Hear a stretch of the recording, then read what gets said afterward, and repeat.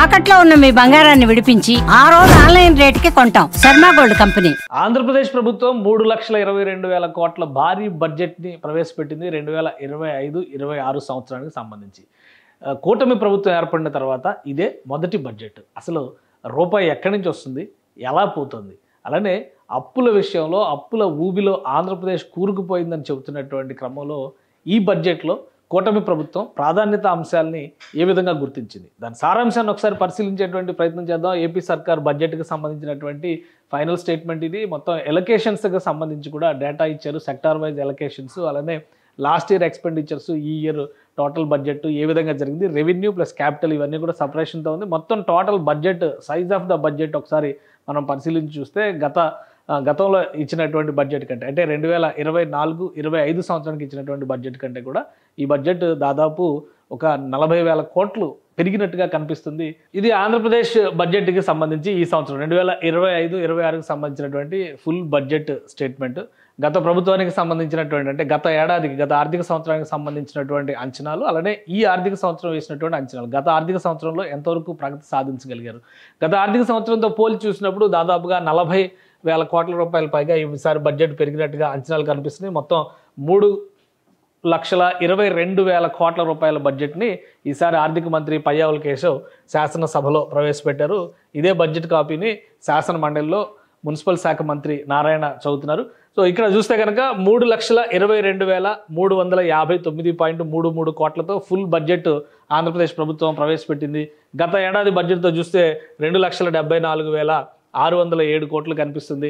So almost ఒక 40,000 కోట్ల వరకు పెంపుదల కనిపిస్తుంది. అయితే వివిధ సెక్టార్లకు సంబంధించినటువంటి కేటాయింపులు జరిగినాయి. ఈ కేటాయింపులు ఏ విధంగా ఉన్నాయి, ఎందుకంటే ఎలకేషన్స్ చాలా ఇంపార్టెంట్. ఒక విధంగా చెప్పాలంటే కూటమి ప్రభుత్వం ఏర్పడిన తర్వాత ఇది ఫుల్ బడ్జెట్. సో ఈ ఫుల్ బడ్జెట్లో ప్రాధాన్యత రంగాల్ని ఏ విధంగా తీసుకుంది రాష్ట్ర ప్రభుత్వం ఒకసారి విశ్లేషించేటువంటి ప్రయత్నం చేద్దాం. సెక్టార్ వైజ్ ఎలకేషన్స్ చూస్తే ఎక్కువ ప్రాధాన్యం కనిపిస్తుంది ఎడ్యుకేషన్ సెక్టర్. ఎందుకంటే స్కూల్ ఎడ్యుకేషన్లో విప్లవాత్మకమైనటువంటి సంస్కరణలు తీసుకురాబోతున్నాం అని చెప్పని ఆంధ్రప్రదేశ్ ప్రభుత్వం ప్రకటించింది. దానికి అనుగుణంగానే 31,000 కోట్ల రూపాయలని స్కూల్ ఎడ్యుకేషన్లో 31,806 కోట్ల రూపాయలని కేటాయించింది రాష్ట్ర ప్రభుత్వం ఈ బడ్జెట్లో.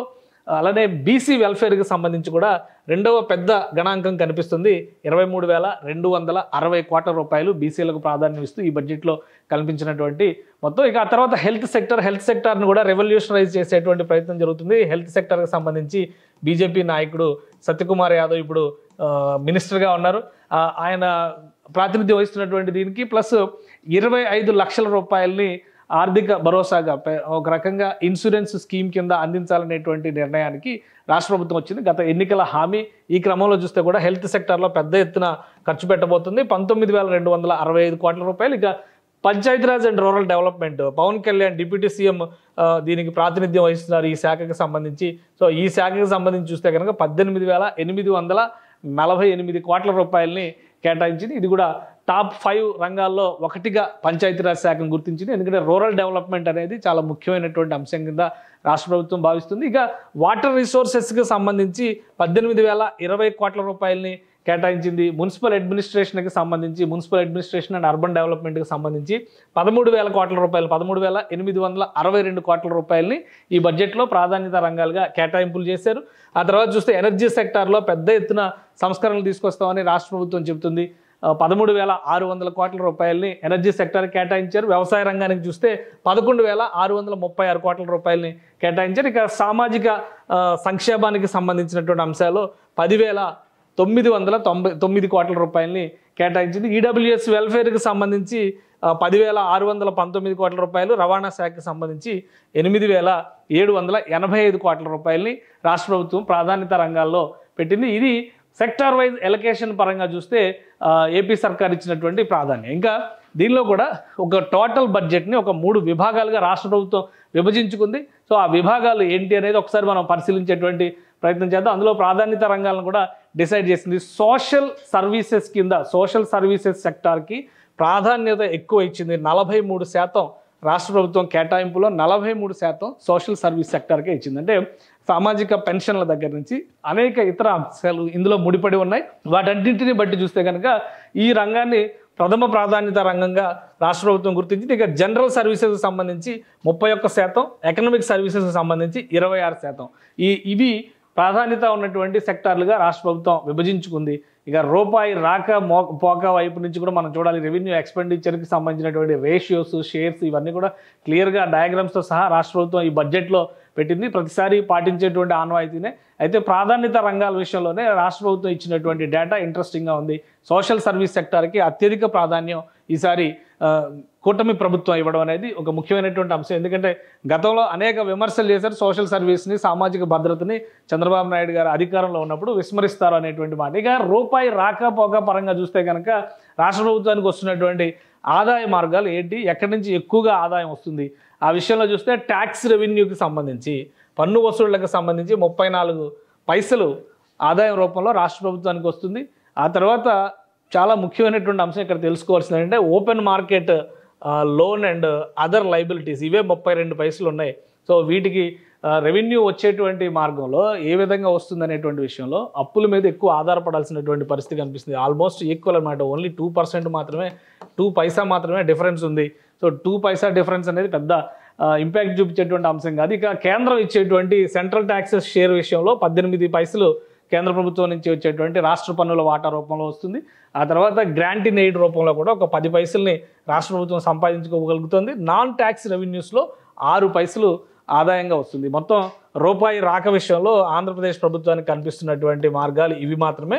సో వీటిని ఒకసారి మనం పరిగణలోకి తీసుకుంటే కనుక ఈసారి అప్పుల మీద కూడా ఎక్కువ ఆధారపడాల్సినటువంటి పరిస్థితి ఇప్పుడు కూడా కనిపిస్తుంది. ఎందుకంటే గతంలో జరిగినటువంటి తప్పులు కావచ్చు, పెరిగిపోయినటువంటి అప్పుల కుప్పలు కావచ్చు, వాటికి సంబంధించి వడ్డీలు చెల్లించేటువంటి క్రమంలో కూడా రాష్ట్ర ప్రభుత్వం మరింత ఎక్కువ అప్పులపైన ఆధారపడాల్సినటువంటి పరిస్థితి కనిపిస్తుంది. ఇక రూపాయి ఖర్చు పెట్టేటువంటి విషయంలో రాష్ట్ర ప్రభుత్వం ఎలాంటి ప్రాధాన్యతల్ని పాటిస్తుంది ఒకసారి అది కూడా పరిశీలిద్దాం. ఎందుకంటే క్యాపిటల్ ఎక్స్పెండిచర్ గురించి పదే తెలుగుదేశం నాయకులు కానీ, జనసేన పార్టీ నాయకులు కానీ చెప్తున్నారు. ఇన్కమ్ జనరేషన్ కోసం బడ్జెట్ని ఏ విధంగా ఖర్చు పెట్టాలి, ఈ అంశంపైన వీళ్ళు ఎక్కువ మాట్లాడుతున్నారు. కాబట్టి ఒకసారి చూద్దాం రూపాయి ఖర్చు పెట్టేటువంటి విషయంలో ఎలాంటి ప్రయారిటీలు తీసుకున్నారు. మొత్తం టోటల్ ఈ సెక్టార్ వైజ్గా చూసేటువంటి వాటిల్లో ఇతర ఖర్చులకు పోతున్నటువంటిదే ఎక్కువ కనిపిస్తుంది. 25 పైసలు ఇతర ఖర్చులకు పోతుంది. ఇక ఇంట్రెస్ట్, ప్రిన్సిపల్ రీపేమెంట్కి సంబంధించి 18 పైసలు ఖర్చు పెట్టాల్సినటువంటి పరిస్థితి వస్తుంది.